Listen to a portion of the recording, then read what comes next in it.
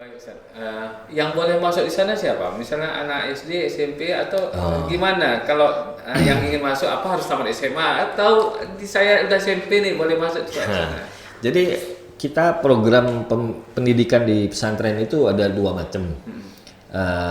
Yang pertama itu adalah anak-anak tamat SD. Tamat SD ya. Tamat SD, mereka itu daftar ke pesantren kita dan mereka itu program pendidikannya itu 6 tahun atau reguler sampai tamat. Berarti dia SMP 3 tahun, SMA 3 3 tahun, tahun. begitulah ya. Berarti 6 Jadi tahun. dia selesai tamat 6 tahun itu dia dapat 3 ijazah. Gitu. Ya, SMP. 3 ijazah, ijazah sanawiyah atau SMP, ijazah aliyah atau SMA, baru ijazah pondok pesantren. Oh, betul. Gitu ya. Jadi 3 ijazah mereka dapat. Kemudian ada kelas taksis namanya, takhusus atau taksis. Itu untuk anak-anak SMP, tamat SMP. Oh, maksudnya dia tamat SMP Nah, ataupun tamat sanawiyah. atau sanawiyah. Nah, Boleh masuk ke sana? boleh masuk, tapi mereka ngikutin program 4 tahun, bukan 3 tahun. Oh, kenapa? 4 tahun. Nah, kenapa 4 tahun? Ini yang 1 tahun pertama dia itu akan dikejar pelajaran pesantren, Oh, gitu. supaya dia lebih Supaya nanti ketika dia di tahun ketiga, dia kan akan disatukan dengan anak-anak yang masuk ke pesantren itu dari SD, dari awal ya. dari awal. Jadi mereka itu bisa menyamakan kompetensi keilmuannya sama, gitu. Makanya di tahun pertama itu mereka dikejar pelajaran bahasa, agama, dan itu namanya taksis ya, dan 4 tahun gitu. Dan nanti kalau selesai dia tamat itu 2 ijazah, ijazah SMA atau ijazah aliyah dan ijazah pesantren mereka dapat. Kalau berarti sudah 6 tahun dia tamat SMA, kalau mau lanjut lagi ada menyediakan universitas atau apa? Sekolah tinggi ada di sana? Sekolah tinggi alhamdulillah ada, sekolah tinggi agama Islam Darul Arafah. Itu Setaidah. terbuka untuk umum atau bisa hanya santri saja? Enggak, terbuka untuk umum. Tapi Terbuka bisa untuk lah ya, umum. siapa Bisa. bisa Cuman kesana. memang untuk sekolah tinggi kita belum ada asrama gitu. Oh, berarti bisa pulang balik ya. Dia bisa pulang balik, tapi lokasi sama dengan kita. Kemarin saya dengar pesantren Eropa ini dapat julukan pesantren ramah anak ya.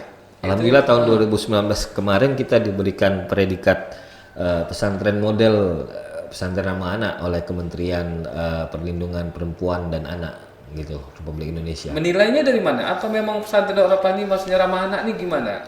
Apa yang diberikan oleh pesantren kepada anak-anak di sana gitu? Jadi memang penilaian pesantren ramah anak ini dilakukan oleh kementerian melalui asesmen yang panjang, dan memang alhamdulillah di Indonesia itu baru 5 pesantren Itu yang dipilih sama, menjadi pesantren ramah anak. Salah satunya kita, Alhamdulillah. gitu ya. Jadi banyak indikator-indikator yang menjadi penilaian bagi pesantren ramah anak ini, gitu. Mulai dari sarana prasarana, kebijakan pesantren, dan lain-lain lah, gitu ya. Banyak sekali. Dari segi sarana prasarana itu harus mendukung dengan ramah anak, gitu ya. Jadi harus banyak taman, harus banyak tempat-tempat duduk dan Sampai lain-lain. ke asramanya juga Ke asramanya dilihat, juga ya. Dia dilihat. tidur gimana supaya untuk Kemudian dari segi pengasuh, pola asuh juga dilihat. itu yang penting Nah, karena pola kan asuh ramah anak ya.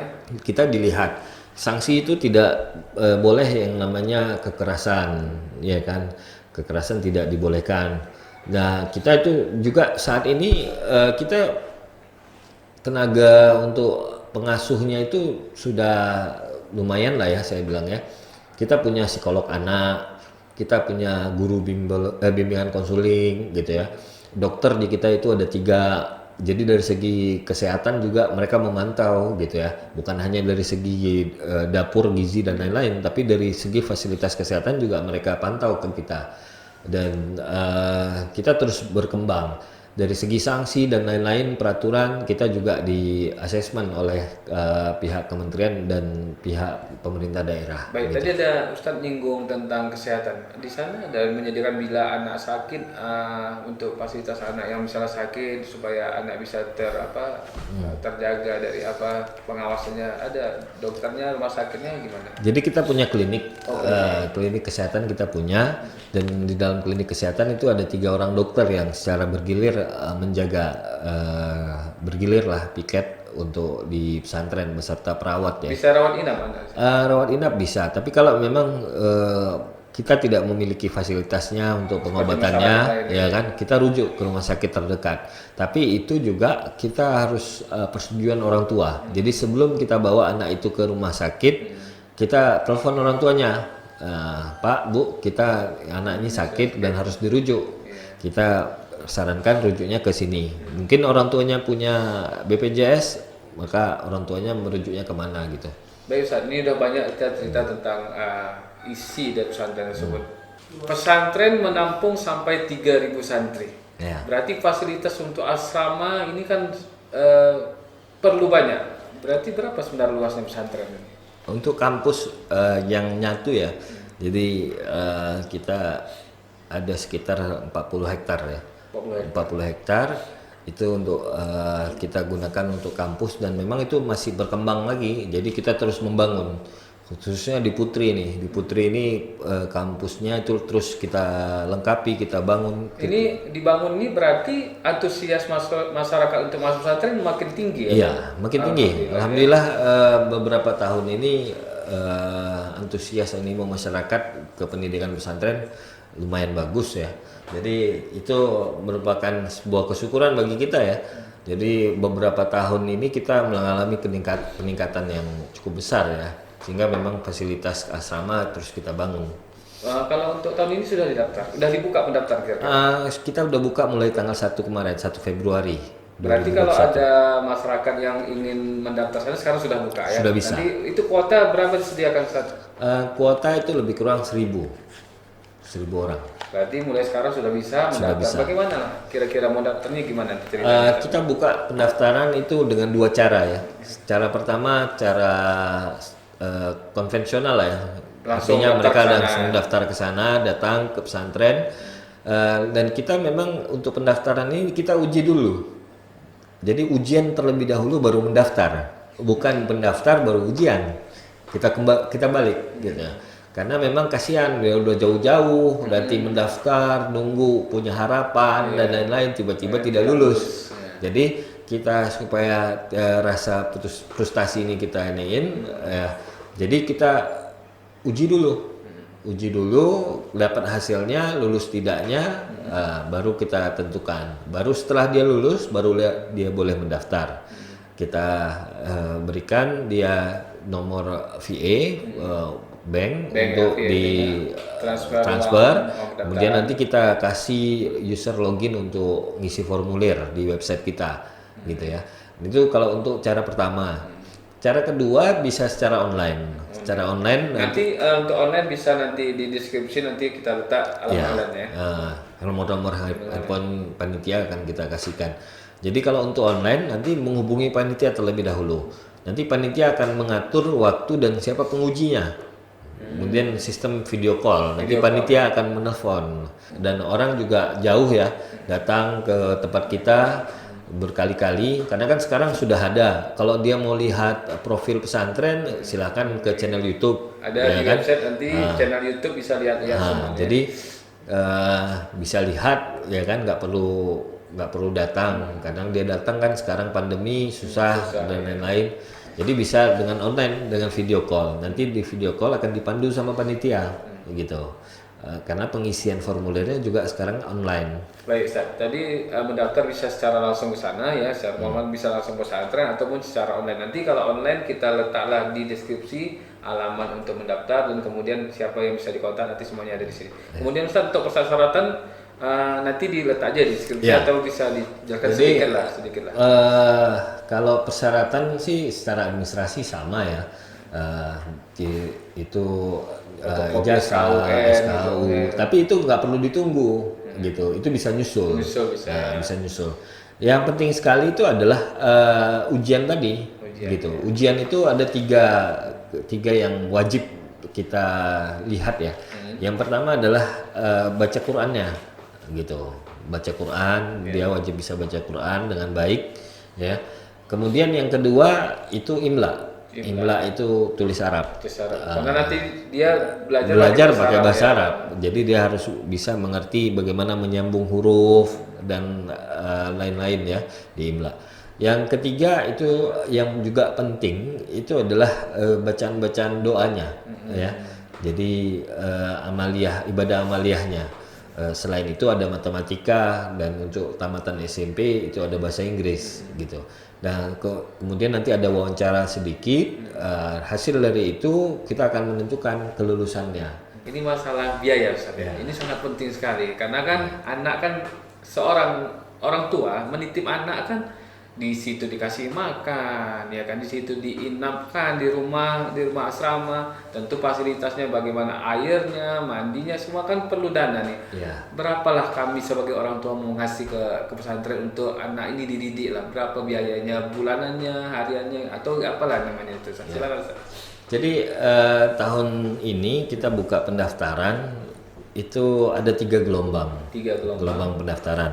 Yang pertama, gelombang pertama itu dari tanggal 1 Februari sampai dengan tanggal 4 Juli. Jadi cukup panjang ya. Jadi 1 Februari sampai 4 Juli. Kemudian gelombang kedua ini dari 5 Juli sampai 18 Juli. Ya. Kemudian gelombang terakhir ini tanggal 19 ke atas, 19 Juli ke atas.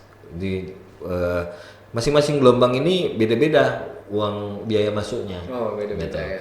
Gelombang pertama ini di angka 8 juta. 8 juta. 8 juta. Kemudian gelombang kedua ini tambah 500.000 jadi 8.500.000. Iya. Gelombang ketiga tambah lagi 500 menjadi 9 juta. Ini di luar uang bulanan SPP bulan Juli. Jadi uang SPP ini kita masih di angka yang cukup murah ya, 850.000. Itu 850 udah semua makan semuanya. 850.000 itu sudah makan, kesehatan, asrama di situ, gitu ya. Jadi ini kita termasuk yang paling murah lah sekarang. Yang biaya masuk ini udah semuanya juga, gitu.